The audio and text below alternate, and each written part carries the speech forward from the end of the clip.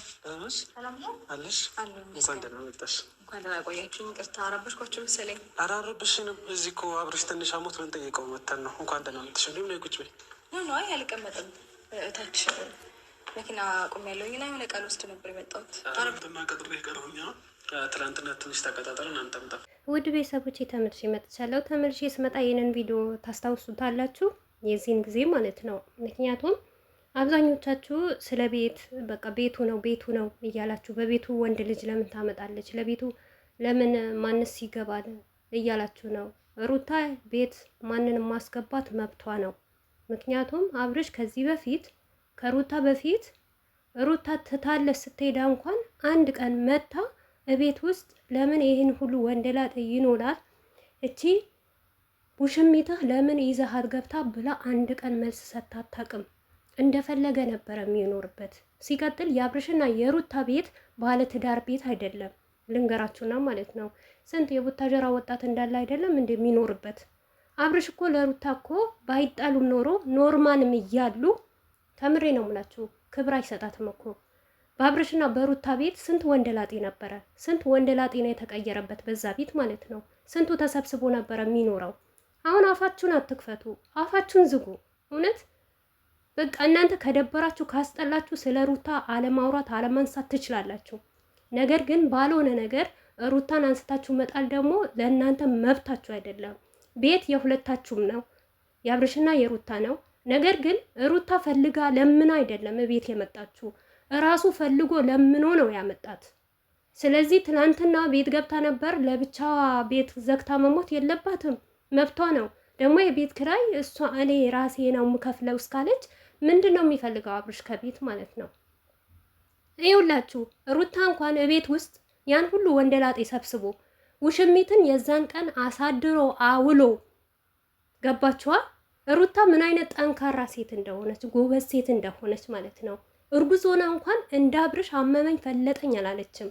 አብርሽ በትንሽ ነገር ስንት ጊዜ ይተኛ ነበር፣ ስንት ጊዜ ሐኪም ቤት ገብተዋል። ሩታ አሳምማኛለች፣ ተጨናንቅ ያለው ተጠብብ ያለው እያለ ማለት ነው። ሞር እንኳን እቤት ስትመጣ እዩዋት ሩታን ማለት ነው። ይቅርታ ረበሽኳችሁ ወይ ብላ ነው የገባችሁ እንጂ እንደ አብርሽ ቤት ከመጣች ቤት ሰው ካየች እንደ አብርሽ ያዙኝ ልቀቁኝ አትልም። አንድ ቀን መልስ ሰጥታ አታውቅም።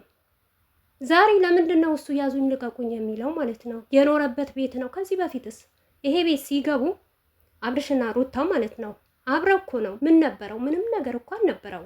አብረው ነው አይደል? ከቡታጀራ አልተስማሙም። ከቡታጀራ ተነስተው ወደ ሸገር ሲገቡ አብረው ነው እኮ የገቡት። እንደውም አብርሽ በጣም ዋሽቷል እኮ።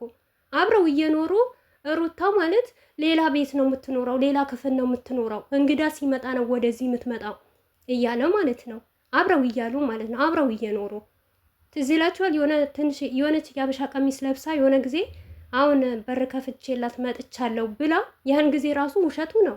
ቤት ነበሩ፣ አብረው ነበሩ። ለቪዲዮ ነው። አንቺ ውጪ እኔ ከፍትልሻለሁ ያላት።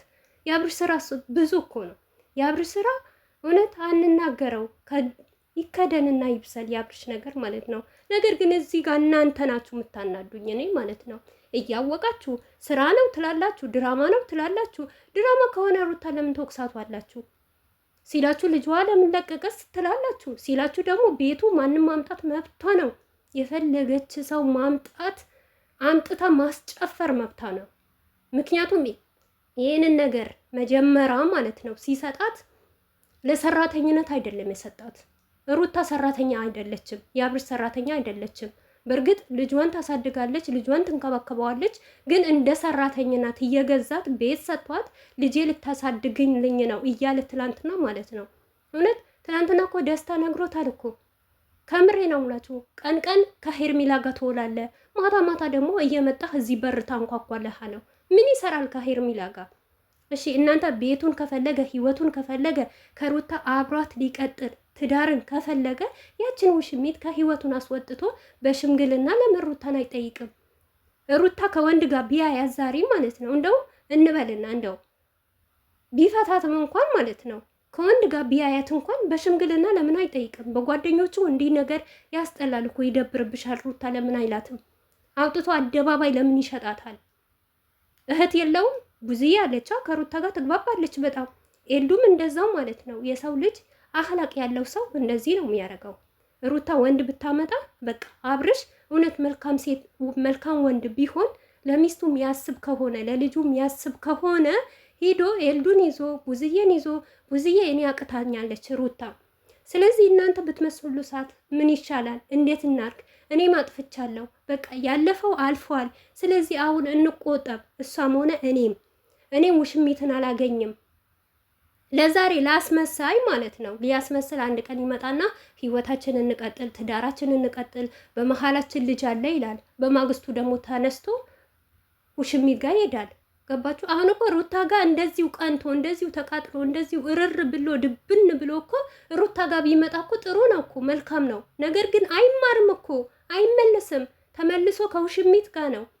እኔ ሰሞኑ ቪዲዮ በጣም እያናደደኝ ነው። እውነቴ ነው የምላችሁ። ለምን ሩታ ለአብርሽ ነው እንጂ ዋጋ የከፈለችው ለእናቱ ለአባቱ ወይም ደግሞ ለእህቶቹ አይደለም። ገባችሁ? እሷም ደግሞ ለእህቷ ለአባቷ ለቤተሰቦቿ አይደለም ዋጋ የከፈለችው። ዋጋ የከፈለችለት ለአብርሽ ነው። ስትሰደብ እስካሁን ድረስ ማለት ነው። ይህን ሁሉ የምትረገጠው በአብርሽ ምክንያት ነው እንጂ ማንም አያውቃትም። ሩታ ምን እንደሆነች አናውቃትም ነበር። ሩታ መታ በድራማ መልክ ለአብርሽ የፍቅር ጥያቄ ባታቀርብ ባልሆነ በሆነ ድራማ ውስጥ ባይከታት አብርሽ ማለት ነው ሩታ ማንም አይነካትም። ማንም ታያላችሁ። ዛሬ ራሱ ካላስለቀሳት ማለት ነው። ምክንያቱም ጭንቅላቱ ወርዷል፣ ጭንቅላቱ አይሰራም። ወስዶ ለውሽሚት ልጇን ይሰጣል። ሩታ ደግሞ ያዙኝ ልቀቁኝ ትላለች። ማን ነው የወረደው ጭንቅላት የሌለው አብርሽ ወይስ ሩታ? ሩታ እኮ ሴት ልጅ ናት እንዴ! አንዴ በጥፊ ቢላት ማለት ነው አንቺ ተቆጠቢ፣ ሴት ልጅ ነሽ፣ እቤትሽን ጠብቂ ቢላት እኮ ሩታ ትመለሳለች እኮ። እንደውም እውነቴ ነው የምላችሁ ሩታ በዚህን ጊዜ በጣም ትዕግስተኛ ሆናለች። በጣም የበፊት ሩታ አይደለችም። የበፊትማ ሩታ ብትሆን አብርሽን አመድ አድርገዋለች። አመድ አይታችኋል። በፊት የሆነ ነገር ስትባል በጥፊ ነበር እኮ የምታጮላው አንድ መልስ ከሰጣት ማለት ነው። ሴቶችም ሆኑ ወንዶችም ማለት ነው። ሩታ እጇ በስንት ሰው ነው የዘረዘረችው ማለት ነው። እንደዛ ነበረ። ምክንያቱም አብርሽ አሁን እንደሱ ያዙኝ ልቀቁኝ የሚል ወንድ አላገኘም።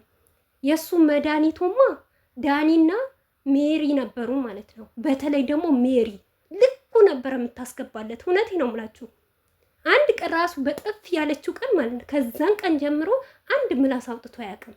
አብርሽ ጉራው የሚነፋው ማለት ነው በወንድ በቃ የሆነ በማይናገር በሩታ ላይ ነው ራሱ ጉራውን የሚነፋው ማለት ነው።